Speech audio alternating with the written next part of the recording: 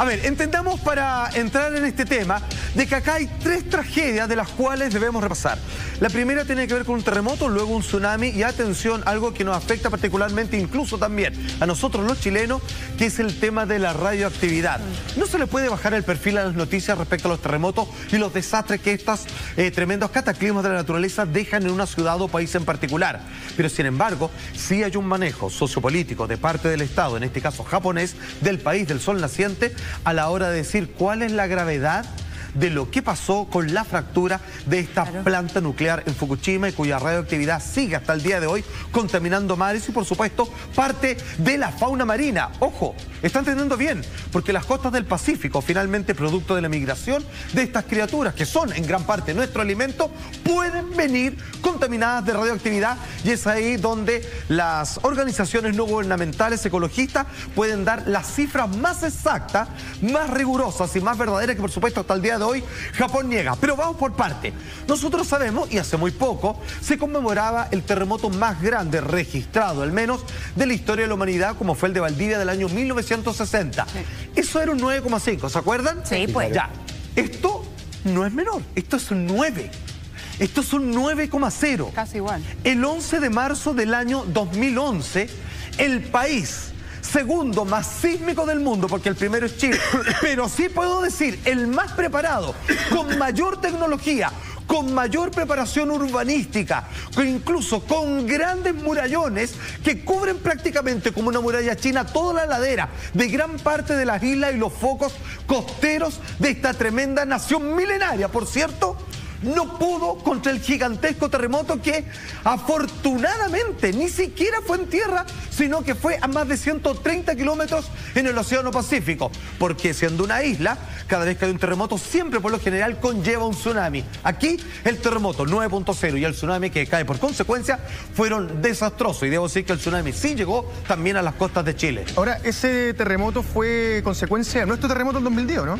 Se calcula que un terremoto por sobre los 8,4, 8,5 se demora entre 10 y 12 meses en llegar a otro lado. Bueno, fue en realidad 11 meses. Fueron 11 meses. Y siempre que, sabiendo que es un país sísmico, ¿siempre se produjeron tsunamis o este fue el primero que arrasó con Buena todo? pregunta. Tsunami, curiosamente, es una palabra japonesa, que si tú la puedes traducir literalmente como maremoto, así de sencillo. Bien. Los japoneses, siendo una isla, vale decir que, como dice el concepto, ¿cierto? Somos una porción de tierra rodeada completamente de agua. Claro. Cada vez que hay un terremoto, siempre, por lo general, conlleva algún tipo de oleaje que está por sobre la medida. Entonces, no siempre, pero en un altísimo porcentaje, pero los tsunamis suelen ser bravos, ¿eh? Así que el concepto como tal, que finalmente nadie le llama maremoto, ni siquiera los norteamericanos, tsunami es el nombre que los japoneses finalmente establecieron, digamos, como marca mundial, producto de que son el lugar donde son más destructivos, obviamente, a diferencia de lo que pasó en el sudeste asiático. Obviamente, que fue tan grande el maremoto en alta mar que nadie lo percibió y finalmente las olas arrasaron con una gran cantidad de locales y turistas. Como tú bien decías, las olas eran, atención, las murallas que cubren decían, nos vamos a cuidar de las olas en un posible tsunami, hagámoslo de 20 metros. No contaban con que este terremoto 9.0 iba a generar olas de 40 metros. Pasó por encima y sin ningún problema. Las imágenes, ojo, pocas películas pueden reproducir un horror como tú ves, como las avenidas, imagínate. Todo arrasa. Imagínate, todo. Nosotros llamamos nivel del mar que hay un efecto óptico que se genera, que siempre el horizonte está a la altura de tus ojos. Ya sea que tú estés de pie, agachado arriba de una montaña o sentado en el suelo, se genera, es parte de los fenómenos de la perspectiva que se usa para la pintura cuando sale, obviamente, del área bizantina, ¿cierto? De ese estilo. Estoy aprovechando ya que tengo el cerco más al lado. Entonces, ¿qué es lo que pasa? Cuando tú ves que la línea del horizonte, vale decir en este caso, que deberá estar dibujada por la línea del mar, está por la mitad de los edificios que están al fondo, es porque el oleaje fue de una horrorosidad de inmensa magnitud, que fíjate que parece, digamos, sacado de una tremenda película. Tenemos el primer video, que obviamente, esto como les decía, que ya vamos a ahondar en aquello, tiene que ver con la explosión de este reactor, esta planta nuclear en Fukushima, que fue así. comienza a explotar. Hay que entender de cuál es el problema de las plantas nucleares, es que se necesitan grandes cantidades de agua que vayan bajando la temperatura. Cuando estos reactores dejan de funcionar y dejan de bombear agua, es como cuando a un automóvil se le corta, digamos, el cableado o las mangueras que llevan los líquidos refrigerantes y termina fundiéndose el motor y se para, digamos, porque deja de funcionar. Y también yo me imagino que además de la necesidad importante que se necesita de agua, se necesita también una lejanía importante respecto al poblado. Yo siento que, claro, uno podría pensar desde la ignorancia, desde la inexperiencia en nuestro país, nosotros no vemos esta imagen que estamos viendo ahora en su televisor todos los días. Claro. Es algo realmente histórico, hay un antes y un después. ¿Qué pasa con esto? O sea, esto finalmente, ok, sí, está lejos, hay un metraje determinado, pero esto afecta desde la plantita que está allá muy lejos hasta nuestros alimentos que nos llegan acá mismo y nosotros hacemos la ingesta de ellos. Tú lo acabas de describir perfectamente. De hecho, el titular hace un resumen de lo que tú has explicado perfecto y correctamente. Atención. Ahí está. Denuncian una radiación excesiva en zonas reabiertas de Fukushima 7 años después. Vale decir, para bajarle el perfil, para hacer una especie no de mea culpa, sino todo lo contrario, de explicación y justificación al resto del mundo, ellos dicen que se puede volver a vivir a cierta cantidad de metros o pocos kilómetros cerca donde alguna vez estuvo funcionando este reactor nuclear. Pero claramente las demostraciones de contadores Geiger te dicen que ahí es una zona de alta peligrosidad.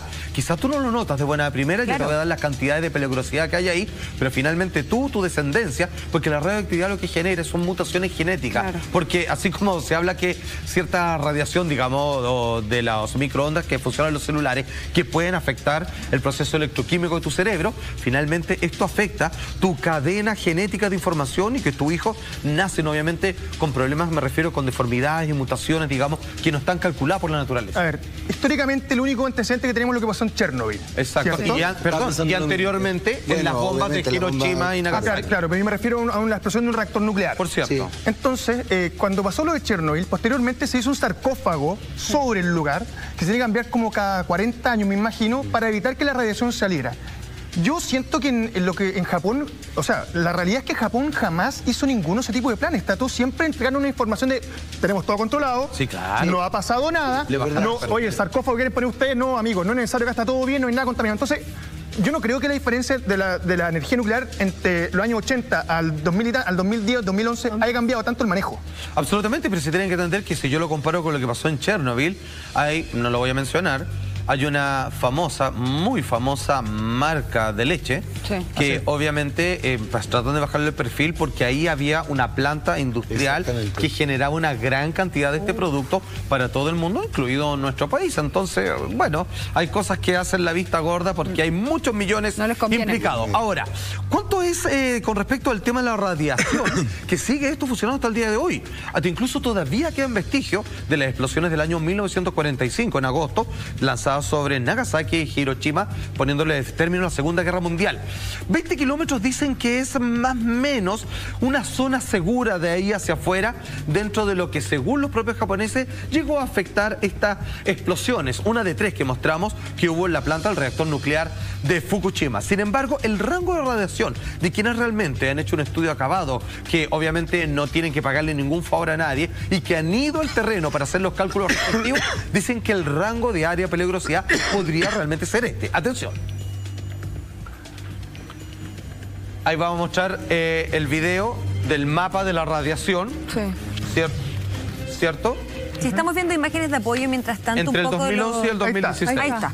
Ahí lo estamos viendo. Esos son todos los reactores nucleares que habían, eran 6. Claro. Y ahí está el mapa. Ahí está. Exactamente. Entonces, obviamente, ahí está, 3 meses después del accidente nuclear. Como pueden ver, hay una muy escasa disipación respecto al alto grado de peligrosidad. Ahora, es súper ingrato, ¿ah? Porque te muestran para el lado izquierdo, que es la parte de la Tierra. Pero tú me estás diciendo que el mar lo perdona. No. Es ese mismo rango hacia el lado derecho, donde hay toda una fauna marina que migre con el paso del tiempo. Van generando mutaciones que terminan quizás algunas de ellas llegando probablemente a mares internacionales y quizás también a nuestras costas. Para darles solo una cifra, después de la explosión, las medidas de radiación llegaron a 100 milisieverts, que son las unidades que se miden la radiación en seres vivos. Llegó a 100. ¿Cuánto puede resistir una persona en un año máximo y que ahí está en el límite que quede algún problema genético? Uno. Y esto llegó a 100. 100 veces más del máximo permitido para un ser humano.